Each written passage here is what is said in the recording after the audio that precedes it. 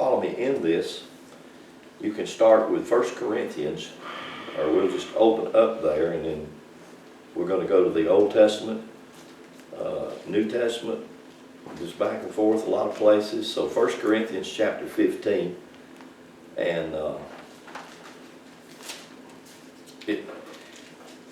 it's like this is just part B of last Sunday morning. So it just kind of, so last Sunday morning would be a part of the Sunday morning before that. So it's kind of that way. And so what I would say this morning would just kind of be building on that from last Sunday morning. So what you're saying is we're on part A, B, B. It just continues on that way. So 1 Corinthians chapter 15, and I just want to basically look at a verse and to make a point, and the point I think is fairly clear, but verse 46, howbeit that was not first which is spiritual. And I remember, I kind of argued with that because I always thought that first is spiritual. And then, but this says, howbeit that was not first which is spiritual, but that which is natural, and afterwards that which is spiritual. And that's kind of a confusing statement because God is spirit and everything that is comes out of God, so you'd automatically think, well, spirit has to be first. Well, spirit is, but the emphasis, and I say this, and I know this is not understood by hardly any Christian, that the Bible is about the physical body. That's what the Bible is a book about. It's not about a history of a special people, but it's a book about the physical body because that was God's focus. That's why it's first. And what we have gotten through the last 1700 years of indoctrination from religion is we have gotten to a place where we feel like that the body is no good, it's not redeemable. The best thing to do is get rid of it because our body is one that's redeemed out yonder in a place we're going to get to go to. So most of Christianity, because of indoctrination, has had the focus on that rather than the physical body, which is the temple, the tabernacle, the house, the home of God. So it is first, and it is the focal point.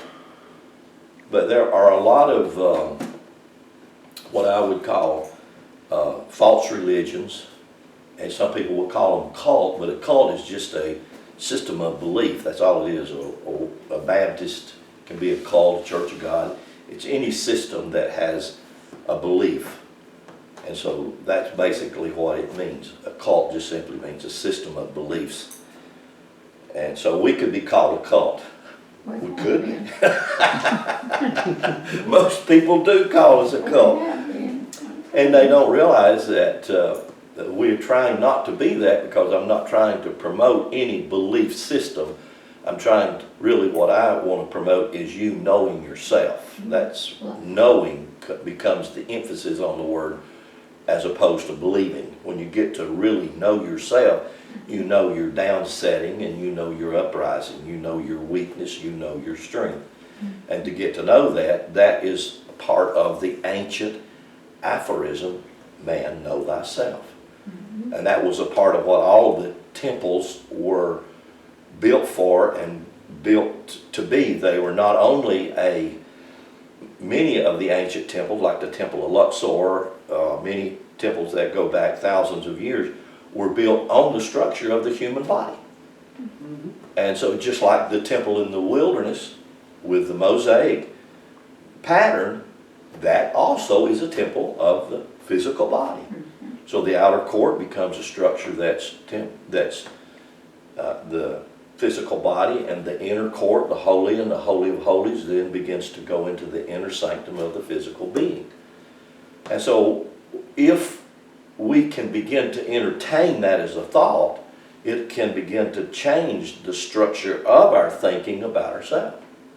Because most of us don't think very highly of ourselves because of, again, tradition and religion. We're taught to think, well, I'm just a sinner.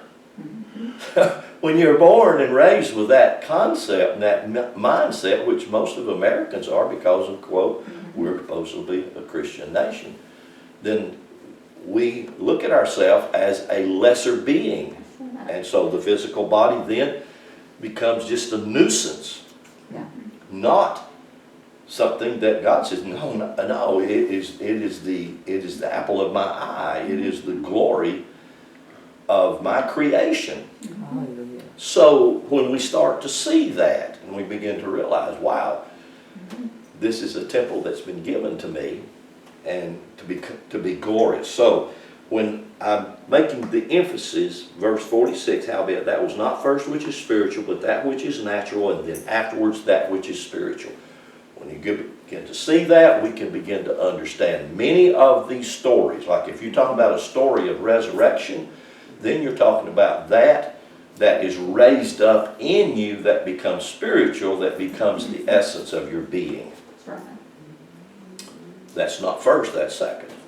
So you have a physical body that we contend with, and then rather than getting the instructions that we need to deal with our physical body or own our physical body, that's a whole different ballgame for me to own myself. And knowing that the physical body is given to me to be my servant, i.e. slave.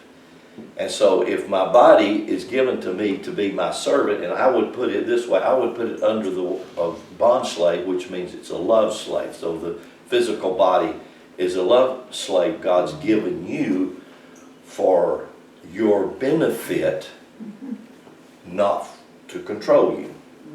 But most all of us, the body begins to control us.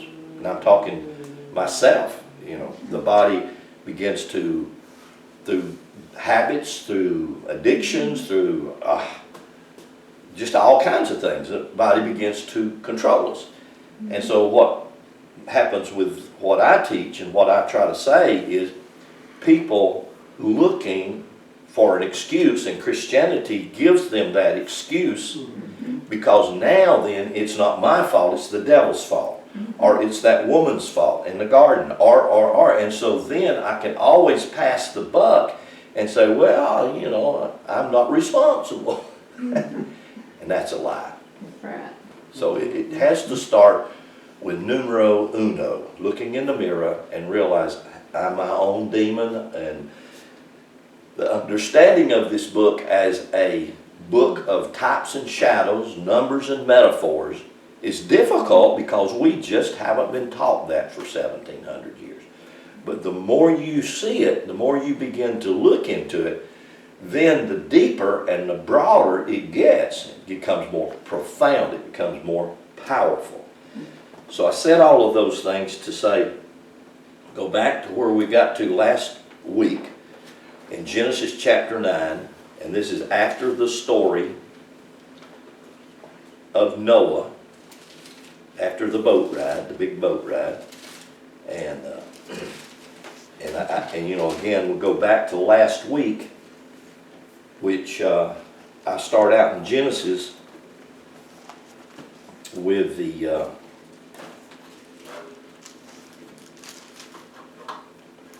seven yawns, or Genesis 1 and 2, Genesis 1:1 through Genesis 2:4, and I call it the seven yawns. And so when I'm talking about the seven yawns, I want to put them in a different fashion rather than the fashion of the stick man. I'm going to put them in this fashion. There'll be seven of them. And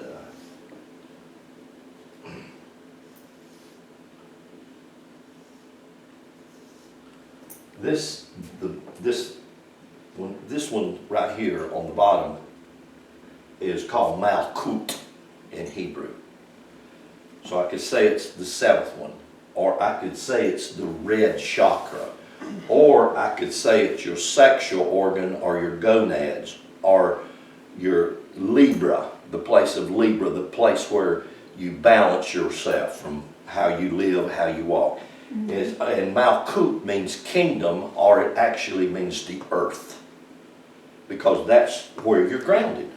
And even now there's a lot of teaching on walking barefooted on the earth and all the health benefits that come from that, being grounded. People are even grounding their mattresses through their electrical system that has a ground in your power, because it is grounded. And so that's what this lower, I call these are called sephirots. Another thing that I will use to call these 7 are yoms. It's a Hebrew word for day, and actually it means facets of life. So whether I'm calling them sephirots or yoms, or another word that I can call them is amir, which means an emanation, or that which, it's like if you see a really nice spring, the water is just emanating out of a source that you can't see, right? And that it's just coming forth. And so that's what the word amir means. And I'll explain that word in just a little bit more and in talking about this. But whether I do my stickman like that, or I do it like this and call it the 7 chakras, or I call it the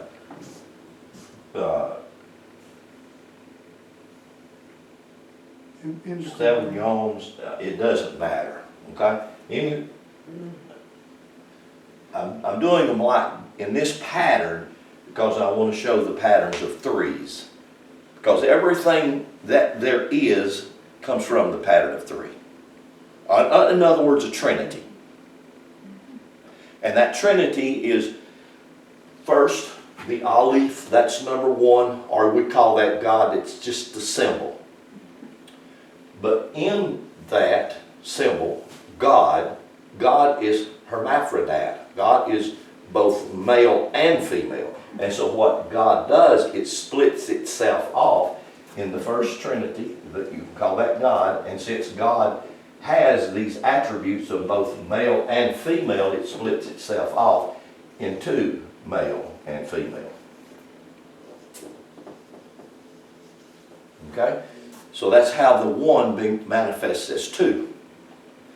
And you are that manifestation, period. So whether you are in a female body or you're in a male body, you are still that.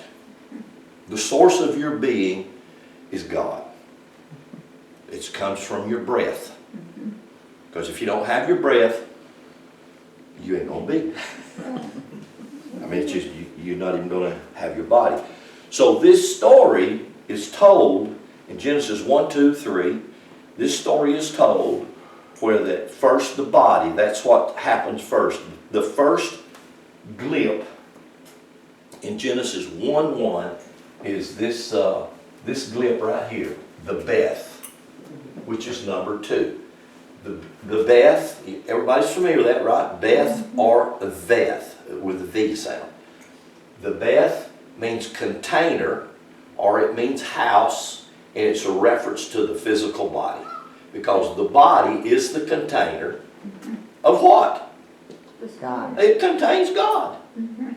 You are the container of God. So if you're looking for God out there somewhere, God is out there as space. But that space has moved itself in here, in you, so that you now contain that space as God. And that's the Ali comes down into that form. That's the 3 in 1. And like I said, I talked about this last week. It always confused me how they talk about 3 in 1. And they tried to tell me and convince me that there were 3 separate personalities. And so when you get to heaven, it was always confusing to me. I'm going to see God sitting on a throne, but where's Jesus at?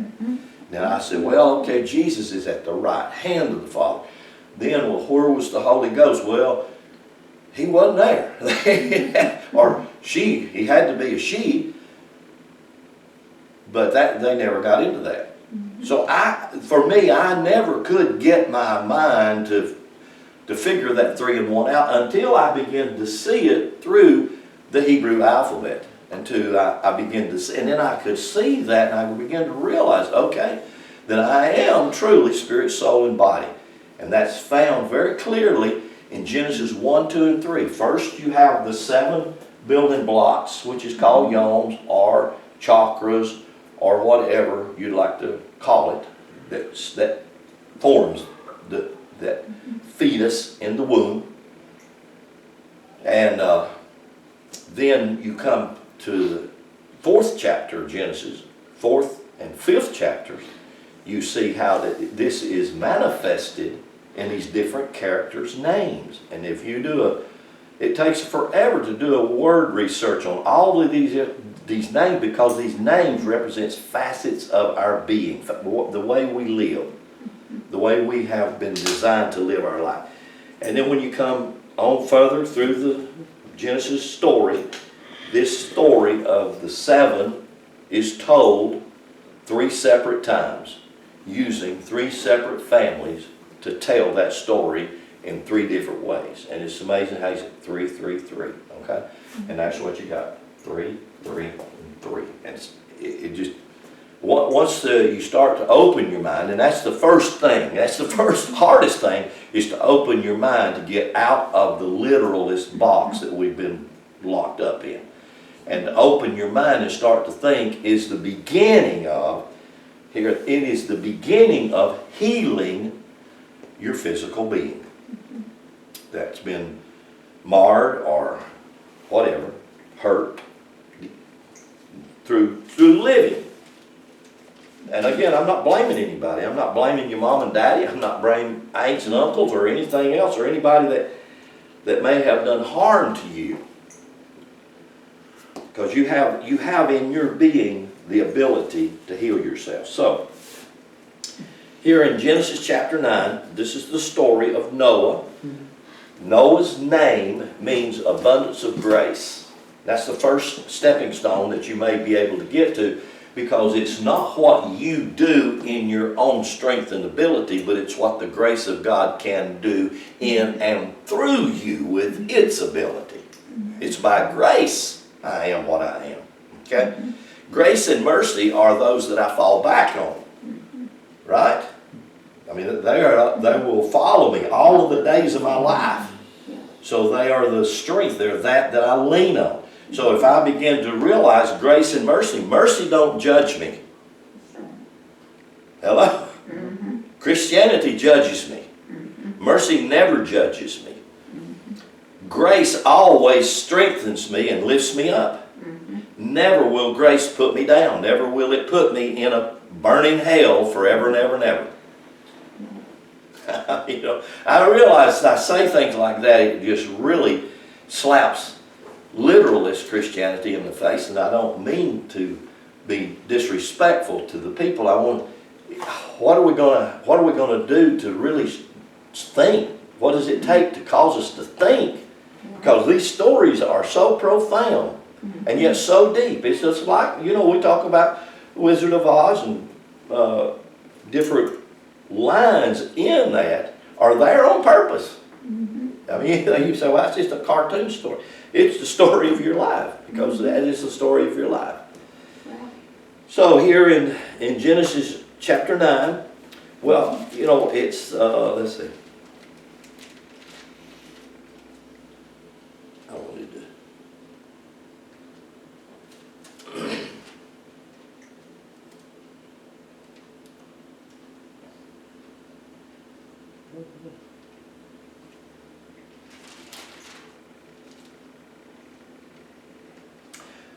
If you go back to Genesis 6, real quickly, just to look at something, I want to point this out. Genesis 6 and verse 6 says, "And it repented the Lord that he had made man on the earth, and it grieved him at his heart." And the Lord said, and you know, a lot of this is just, I'll just say, gross mistranslation about what it really says in the Hebrew. Nevertheless, we have the story, and so we have to work with it.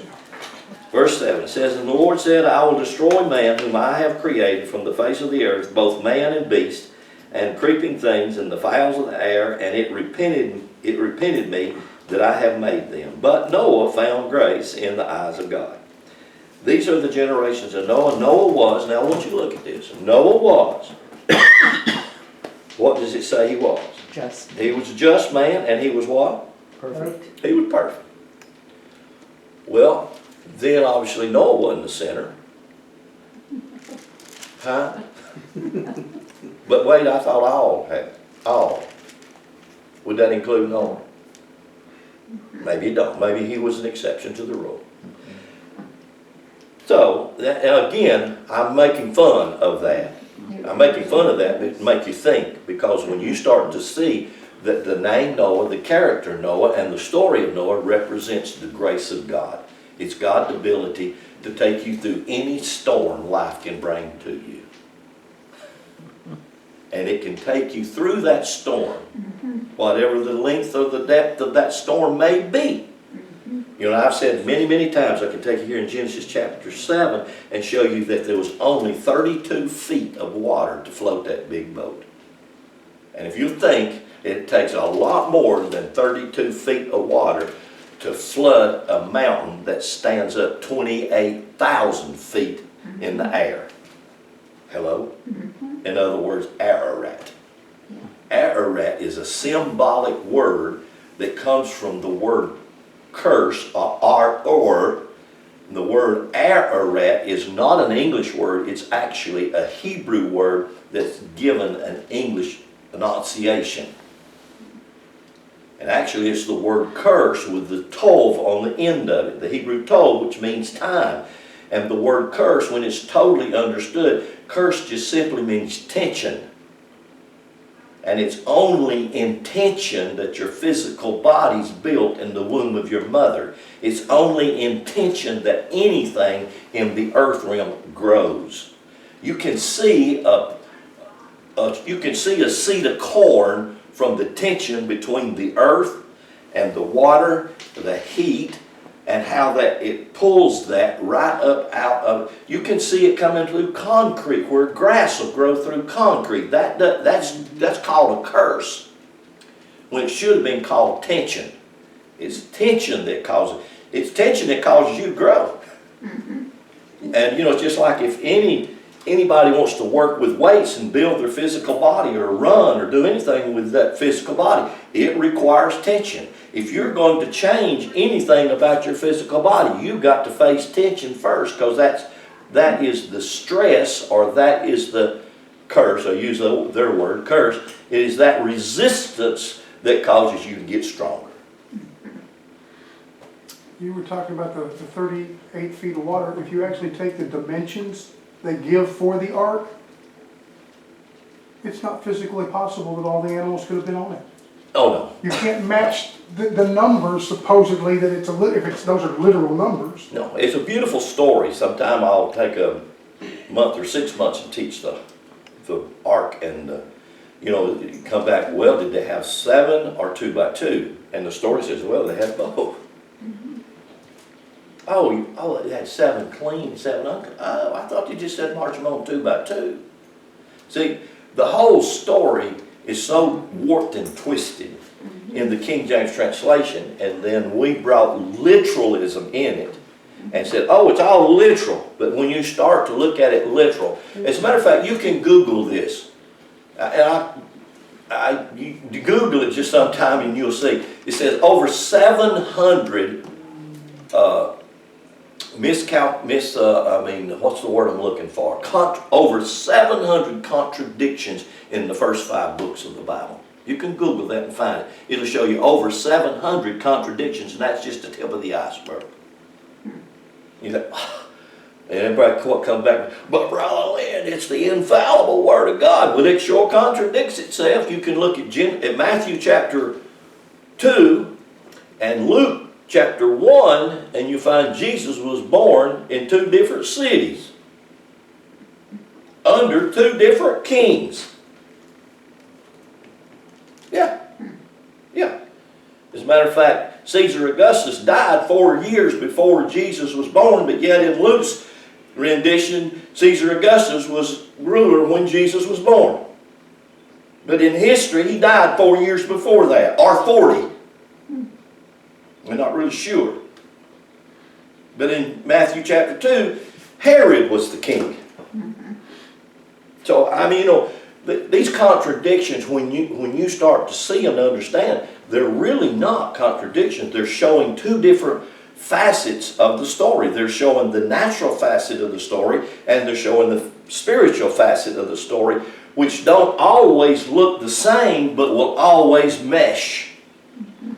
Because it is the meshing, the blending, the uniting of those two that make you who you are supposed to be. You have to combine the spiritual and the natural. That's why you have the stories that are told in the fashions that, whether it's brothers that are twins that war against each other, it doesn't matter. These stories are told over and over. And so I don't find what appears to be a contradiction, because they're there. I mean, I can show you a lot of them. I see the combination of what's happening.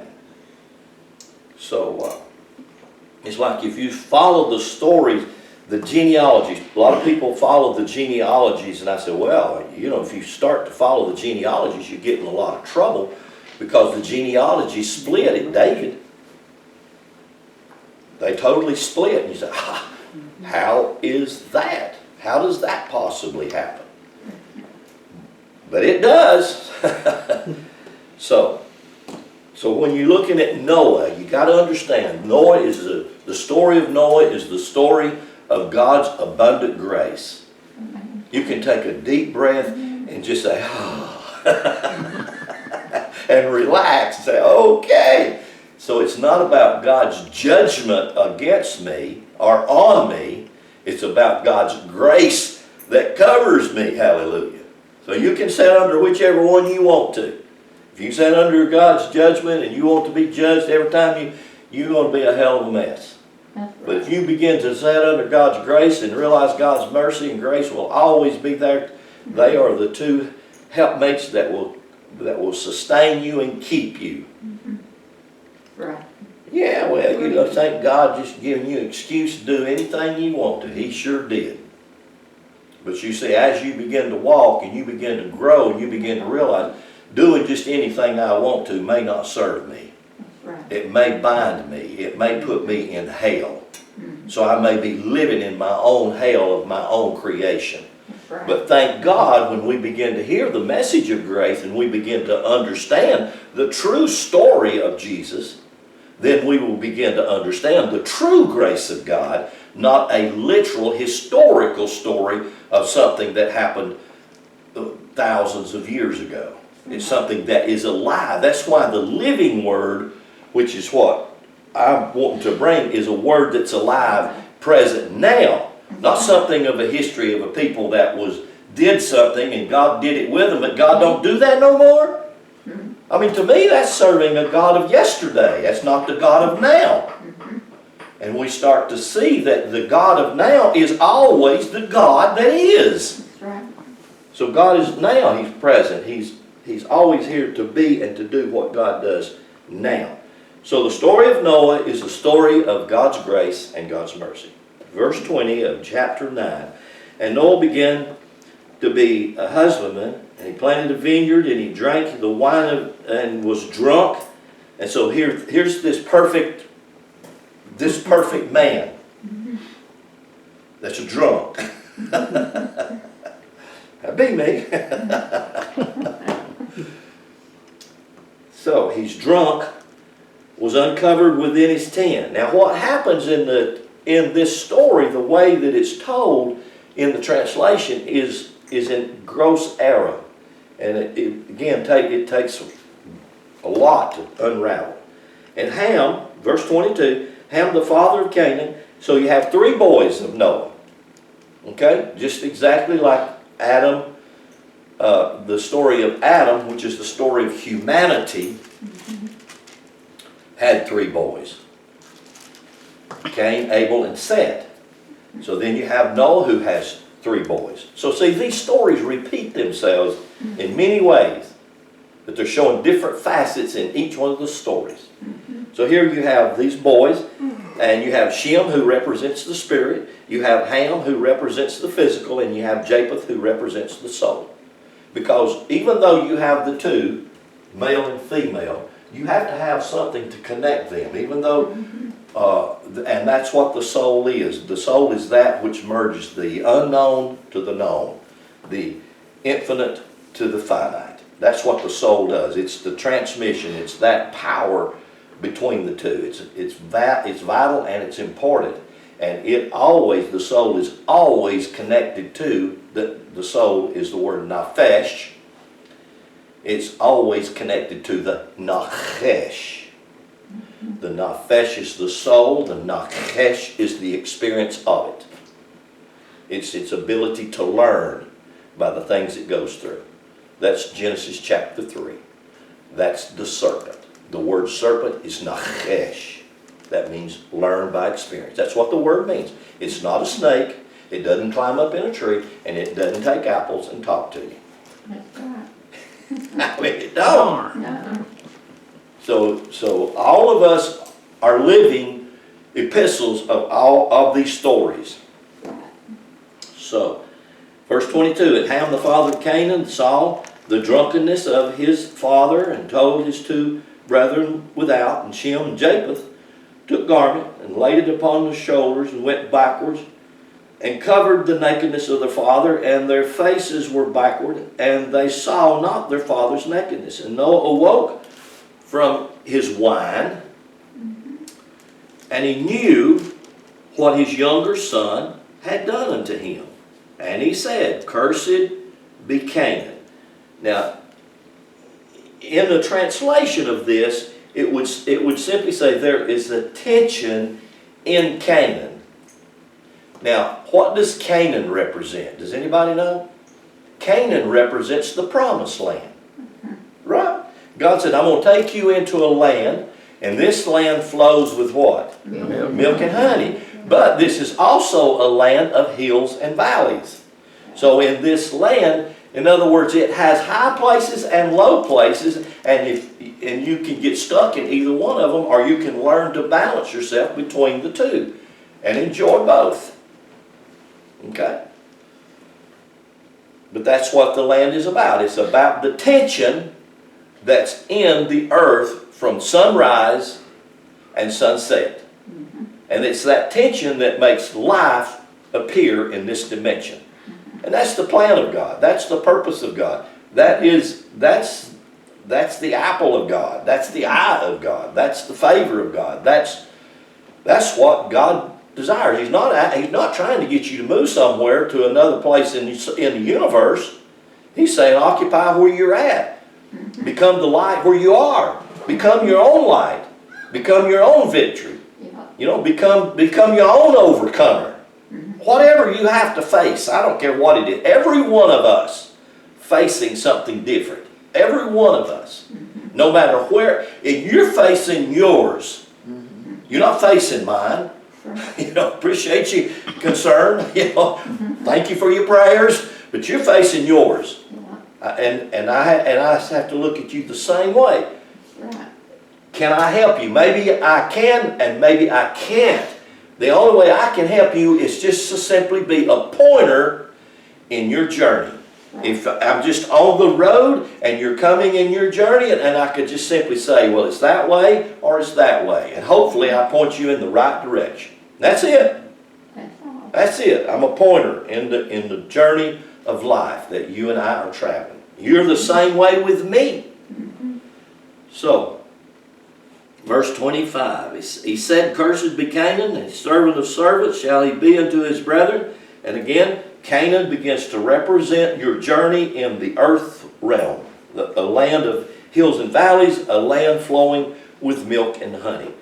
And there's just too much into that story, and I don't want to get bogged down in it. So I'll come back to that sometime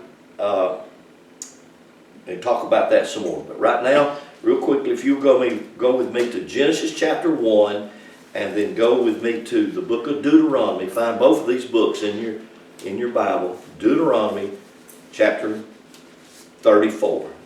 Genesis chapter 1, Deuteronomy chapter 34. Y'all heard me use these two illustrations, but if you can fold your Bible open to both those places at the same time, I want to show you something about that. Is that Deuteronomy 4? Deuteronomy 34. 34.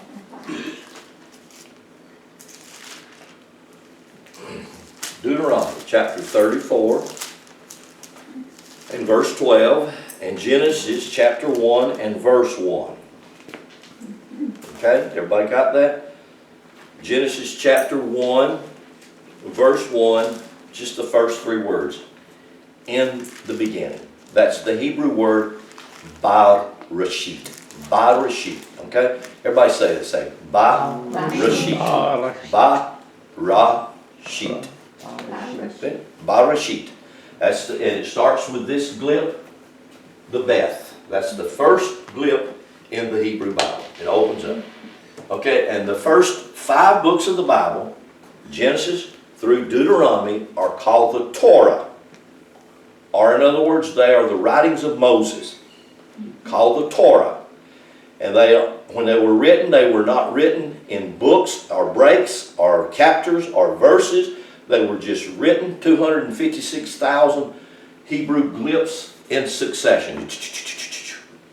Just like a train, just one right after another. No breaks, no chapters, no periods, no commas, no anything. Just constant, just a straight glyphs, holy characters.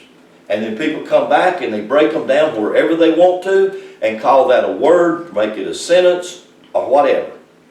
And you can do that. Anybody can do that. And science is even studying these 256,000 glyphs. They even study them, put them in all different kinds of formulas. It's amazing what you can come up with because it's just unlimited. It's really unlimited. It really is. But the very first one that you see in the beginning, that's the first glyph, and it's called the Beth, and it means container. And then when you come over to Deuteronomy, chapter 34, verse 12, the very last word. So really what I'm going to right now is in the book of Genesis, I'm going to the first word in the Bible, and then the book of Deuteronomy, I'm going to the last word in the Bible, and I'm going to the first glyph on the first word, and the last glyph on the last word, and the last word is Israel. First word is Barashit, the last word is Israel. The first glyph is the Beth, at Barashit, and the last glyph is the Lamed in Israel. The word El is Lamed. And when you put that word together, El, Lamed, Beth, here's what it spells. It spells heart or core. Now, I think that Steve put that little phrase up there out of The Wizard of Oz, and it's sort of like she didn't find anything that she didn't already have. Right. And that's exactly what this is saying. When you realize what I just said, what I just done by trying to put Genesis 1:1 all the way through the 5 books, the writings of Moses, to the very last word, Lamed, at the very end, I come up with the word heart or core. That's what those 5 books are about. Everything in the middle of these 5 books is about your heart, your core. This is your core. The very center of your being. It's the core of your being. If you and I learn to live from our core, i.e. our heart, not our head. And that's the difference. You can live from your head, because your head will just reason out this and it'll reason out that. Or you can start to learn to live from your heart. Does your heart not have a reasoning ability? Absolutely it does. Matter of fact, it tells you over in Jeremiah, God said, come and let us reason together. Let us logically begin to look at this and work through this. And that's how everything about God works. So, that word Israel, last word is the Lamed.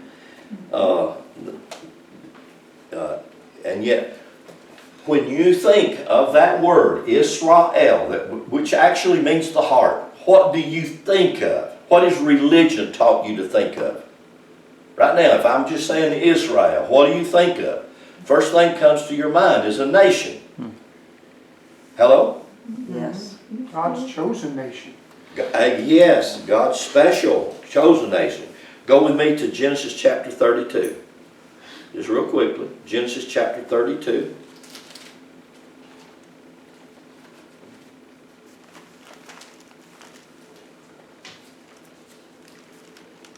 Now these things they're written here, so, you know, you can argue with these things if you'd like, and that's fine. I don't blame you. I've done that myself. But they're written here, and they're written here for our purpose and our learning. So if you found Genesis chapter 32, look at verse 28. What does it say? Genesis 32, verse 28. What does it say? And he said, your name shall no longer be called Jacob, But Israel. but Israel. so then who is Israel? Is Israel a nation? Or is Israel the name of a man? Amen. What does it say right there? God said, I'm not going to call you Jacob any longer. Who was Jacob? Now if I ask you who was Jacob, would you have thought, well, Jacob is the nation of Israel? No, you would have thought Jacob was one of twin boys. Right? Yes. Jacob was one of twins. So here again, are these referring to literal people? Are they referring to attributes or characteristics about you as God's people? See, these are attributes and characteristics. So you can either be a Jacob, and if you're a Jacob, what are you? You are a surplanter. That means you're a little on the shady side. You can be a little bit, well, I don't know about you. That's a pretty good description of me. I'm human. I'm only human. I'm just a man. I mean, you know, I have the temptations. I have those luring things that pop. Oh, yeah, that looks good. I might, Well, that's Jacob aspect of my being. But then God says, that's not really who you are. Who you really are is you are Israel. Well, what does that mean? That means now I'm the prince of God. Now then I become the king and prince of my being. So this is two positionalities that I have been given to live from. So when I start to look at these stories and I begin to realize these stories are about me learning to live from the heart or the core of my being, which when I get there, I'll find out God called that Israel. Yeah. And it's not a nation in the Middle East. It became a nation in the Middle East. And because many times they got away from the ancient teachings of Kabbalah, they got from the ancient teachings of Hebrew, and then they formed a nation, become like all other nations. And when you read the book of Judges, you begin to see this is how Israel becoming a nation was the most screwed up thing they ever did. But they don't go back and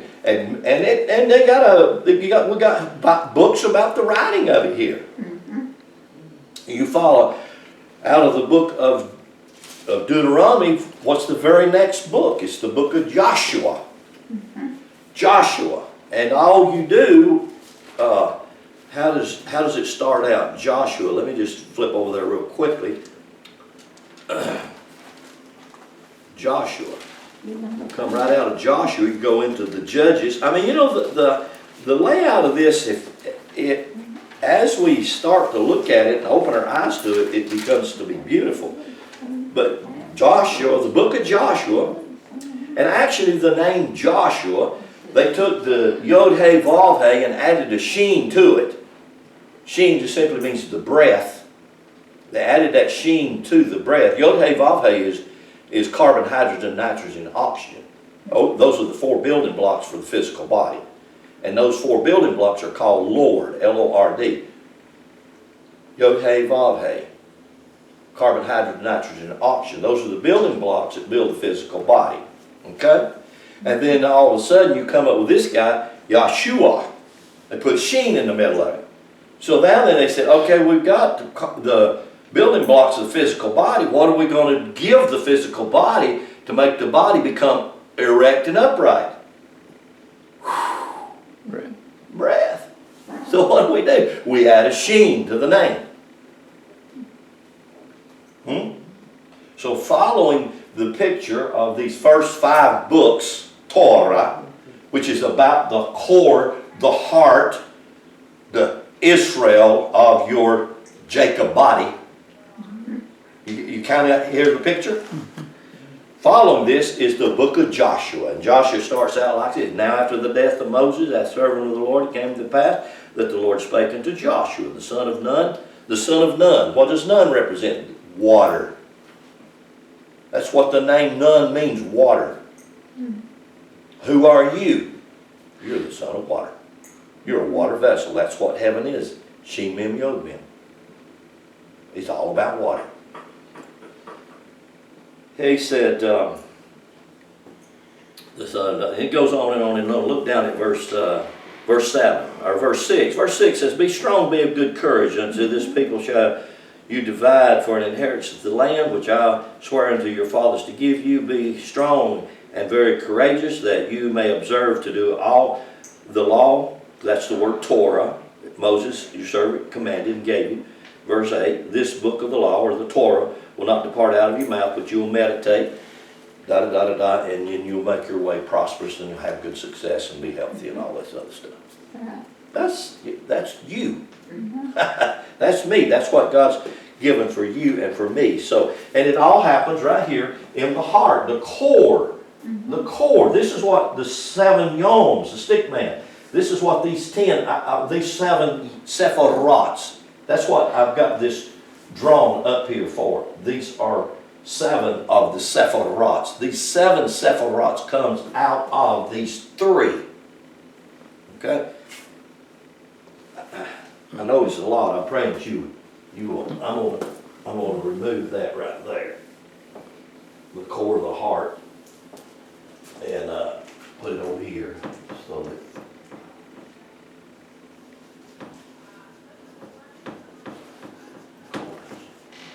okay. I'm going to take this, because this is the pattern. This is the Trinity. I'm going to put it right here. Now then, that becomes 1, 2, 3, 4, 5, 6, 7, 8, 9, 10. That becomes 10. And in Genesis chapter 1, the word said, S-A-I-D, Amir, that's the word for, it means, it's used 10 times. In Genesis chapter 1, the word said is found 10 times, and it actually means emanations. So out of the Aleph, or God, or the Trinity, come these 10 emanations, which the center one, this one right here, is centered right here in your cerebrum, your brain. Your male, your female. Your ability to think.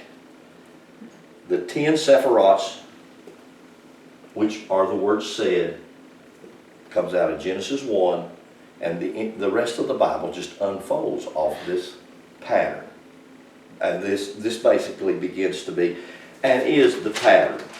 And so I'll just close with this, is the 10 sephirots, or the words said, are about the building of the body. First, the natural. God did not build the body to destroy the body. But God built the body to glorify itself in the body. And He gave you and me the work of being that, or doing that. He put it in our being. That's right. It's in here, and it happens by you standing up from your core, your heart, standing up. That's called resurrection. We just come through that. That's what it means, standing up. You taking control or charge of your house. Your house. And make that house then begin to glorify you and your Father. Right. Okay. All right, I'm just going to stop right there. Any questions or any Meaning, Well, that which is first is right there in the first of Genesis. its very first glip, Mm-hmm. the bed, the house, the Yeah. thing. And when he created, he was Yeah. creating us. Yeah, I mean, it's And then pretty the clear Spirit once was you the start to one see it, that- yeah. On the face of the deep. It's sort of like pieces of puzzle. All of a sudden you say, oh, that fits. Mhm. And all the pieces start to fit together. And the more you see those pieces fit, it's not, you know, it's not that I'm trying to teach something to take anything away from anybody. I got two people here and don't hear. They hear thinking, oh my God, you're trying to take it. I'm not trying to take anything away from anybody. You have your pieces of the puzzle. If they don't fit, fine. But if you'll think about them, we'll find ways that you can say, oh, okay, it'll fit here, just like you just said right there. Mhm. And then you'll see, this is a beautiful book about God's plan and purpose for you in the earth, not out yonder in another place, i.e. heaven. That's right, You are heaven in earth. that's right. Yes.